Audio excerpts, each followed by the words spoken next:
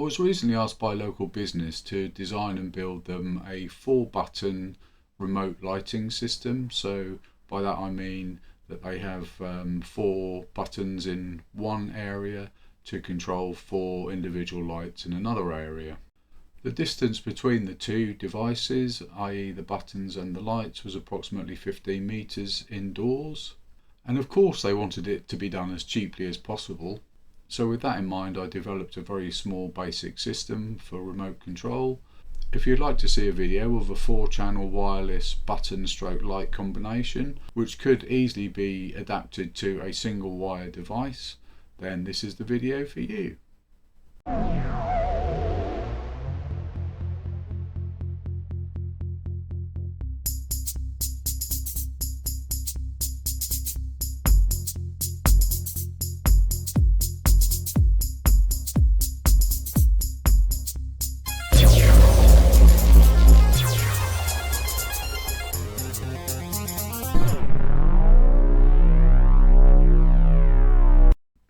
To achieve making a wireless transmission system, or quite easily converted to a single wire transmission system, is actually not as difficult as you might think.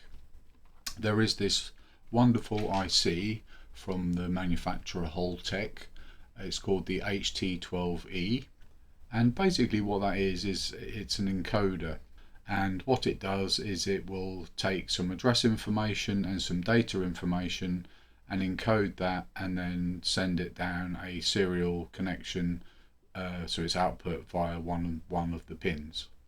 In order to be able to use that, you need its brother or sister, which is the decoder, which is the Holtec HT12D, and similarly that takes the serial data in and then we'll convert it back to parallel data basically. So if we have a quick look at the data sheet, I'm not going to go into too many details because it's a little bit boring, but basically we're going to use the HT12E, which is the encoder. So that has actually got 8 addresses and then 4 data bits, and you can look at the data sheet yourself if you wish, but basically it will operate from a supply voltage of 2.4 volts to 12 volts, so it can quite easily be battery powered from 2 alkaline cells or a single lithium cell. We won't go into too many details, but the pin assignments are A0 to A7, which are the addressing pins, and you've got basically D8 to D11, which are the data pins. The data comes out of one pin. It's got a latch button, it's got a transmission enable, a couple of pins for an oscillator and the power supply. No, I won't worry about too much about the data, but basically when the transmission enable goes low, then the data is transmitted, which consists of the address data and the control data. If the transmission enable pin is held low, then the data is continuously transmitted all forwards. That is the way in which I'm using the device. It does recommend or does show you a suggested kind of circuit where it's showing you the address assignments. It's using some push buttons with some diodes, so every time you press a button it actually triggers the transmission enable button. I'm going to simplify that because to me it doesn't matter if it's transmitting all the time or not. So you'll see in my circuit that I've done away with all these diodes and I'm literally just using some switches and having the transmission enable continuous. So then if we come to the decoder, again it's very similar but basically in reverse.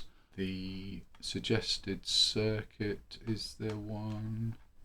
Okay, and so the application circuit is quite limited, but what it suggests is that you need to obviously you need to set the addressing mode, and then your data pins are here. So your receiving circuit comes into pin 14, that's the data in, and then your data out is on 10, 11, 12 and 13.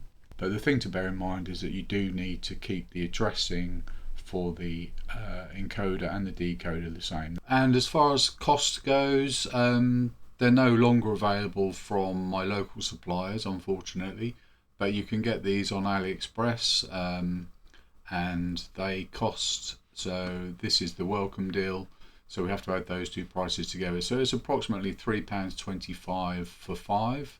They're both priced at the same. So that comes out as around 65 pence each. And then to enable the wireless function, we can use something like this or very similar to this. These come in, I think this is a 315 megahertz. They come in 425 megahertz variety as well, I believe. But you can get the transmitter and the receiver for approximately £2.10, which puts those at just around £1 each. So to make the transmitter and the receiver, the basic components cost around £1.60 plus your switches and LEDs, and the only additional components you actually need are a couple of resistors. Let's go ahead and look at the device in operation. So what we've got here, this is the transmitter side. So this is the HT12E, and basically all I have is the a single push button, one resistor, the transmitter module, and that's connected to bench power. And then on this side we have the receiver. So again, that's just the receiver module, the HT12D for the decoding, an LED, one resistor, and this is powered from a single cell lithium battery. So I'll just go ahead and press the push button here, and we can see that the LED illuminates. Now the gap between these two can be up to, I think, 150 meters outdoors. What that range is like indoors would obviously depend on the kind of building that you have. A range of 20 meters should be okay for pretty much any building. That was my brief, 15 to 20 meters, and I did in fact build this and install it with a distance of 20 meters, just less than 20 meters actually, through some I believe that were they solid brick walls. I believe there was one solid brick wall and one possibly aerated concrete brick wall.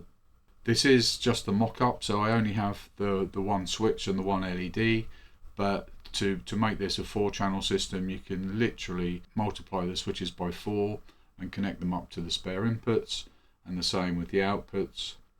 This will drive a LED directly, so it doesn't need a pull-up resistor or a pull-down resistor, and that's really it. So this is what the schematic looks like. On the left here we have the transmitter. We can see that I'm just using addresses 6 and 7, so I'm putting those down to ground. We've got the ground pin for the HT12E itself, pin 9. Power is on pin 18. That's also going to power the transmitter module, the OpenSmart transmitter module, and again that's connected to ground. Then we've simply got our 4 push buttons, which again are just pulling the 4 inputs to ground. The data output is going directly to the data in of the OpenSmart transmitter. Then we have a 1 meg resistor, that's just for the oscillator on the encoder. And then on the receiver side, again it's very similar. So we have to have the same addresses as I mentioned earlier, pulled down to ground, so it's 6 and 7. And again, there's a mistake on that circuit diagram actually, but anyhow, I've got VSS and VDD the wrong way around on that. Anyhow, yeah, so pin 9 is ground, pin 18 is to supply, which is the same. We've still got the resistor for the oscillator, but on the decoder it's a 51k resistor. We've got the 4 outputs directly powering the LEDs, and then we've got the data out of the receiver going directly to pin 14, which is the data in.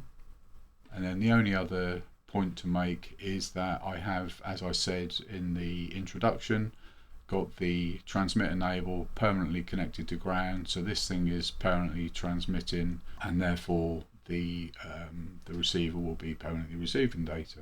And that is really it. So this is a very low cost device, and as I said, if you wanted to, it would be quite easy literally to turn this into a single wire connection. So if you had these two guys that are relatively close to each other and you didn't want to go the wireless route and you wanted the safety and security of a hard wire, then you can literally turn this into a one wire system by connecting the data out of the encoder and connecting that directly to the data in of the decoder, and it will work in exactly the same way.